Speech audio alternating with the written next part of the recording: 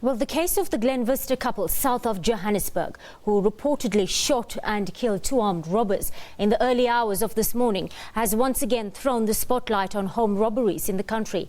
But what do we really know about house robberies in South Africa right now? Much of what we do know comes from data collected by the South African Police Service and the National Victims of Crime surveys undertaken by Stats South Africa, of course. Well, Dr. Johan Burger is a senior researcher with the Institute of Security Studies, and we chat to him now from our Pretoria studios. Good afternoon, Doc, and thank you for your time on the PM News Desk. Yeah, good afternoon. Doctor, homeowners opening fire on housebreakers, not a new story in the country. Is it an act of self-defense, and when can they face murder or attempted murder charges? Well, you know, I think our law is quite clear on the principles of self-defense. When you feel directly threatened or someone else in your immediate presence and you are in a position to defend yourself or the other person, then you are absolutely entitled to do so. Of course, the threat must be aimed directly at you or the other person. There should not be another way of avoiding this threat, and your action should be proportional to the kind of threat that you face. But those are established principles that our law recognizes. All right, so are you saying there is a provision in the law to make a citizen's arrest with the use of force, including deadly force if need be?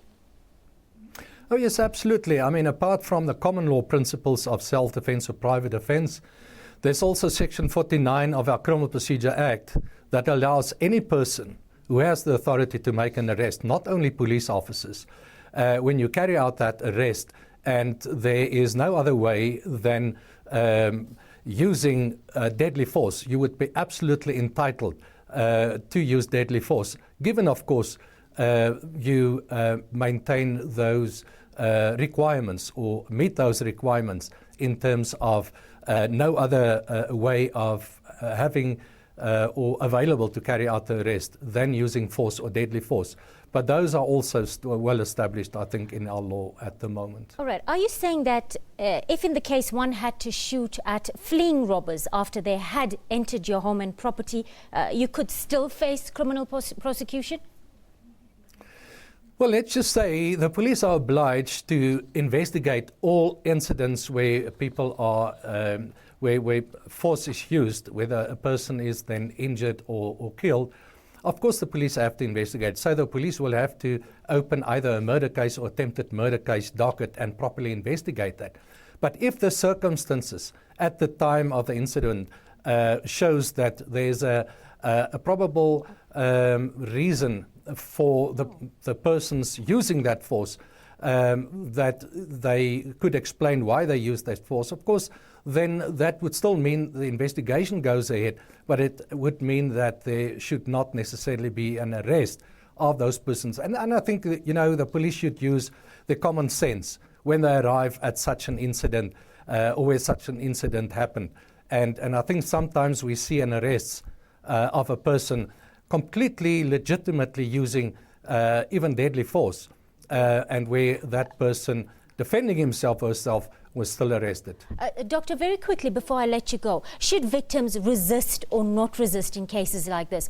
Interestingly, in some reports, like the results of the Victims of Crime survey, it found that victims of house robberies who did not resist were more likely to get injured during that incident. Only 20.7% of those who resisted got injured, and 46.5% of those who didn't suffered the same fate.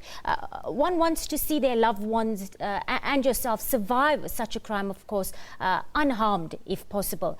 What would be the best way to do that? Well, we normally advise victims of these crimes to try and cooperate with those criminals, how difficult that may be, because chances are, if you try to resist, that you will be either injured or killed in the process. But that would depend on every individual circumstances. There may be incidents where you have reason to believe that if you do not resist, then you stand to be seriously harmed and women even raped. and you wouldn't be able to blame anybody who then resists. But on average, we would normally advise persons to try and not resist unless you are absolutely a well-trained person capable of performing this kind of resistance. Chances are that you would be seriously injured. Dr. Johan Burger from the Institute of Security Studies, always a pleasure having you on the SABC News Desk. Thank you for sharing your insights with us this afternoon.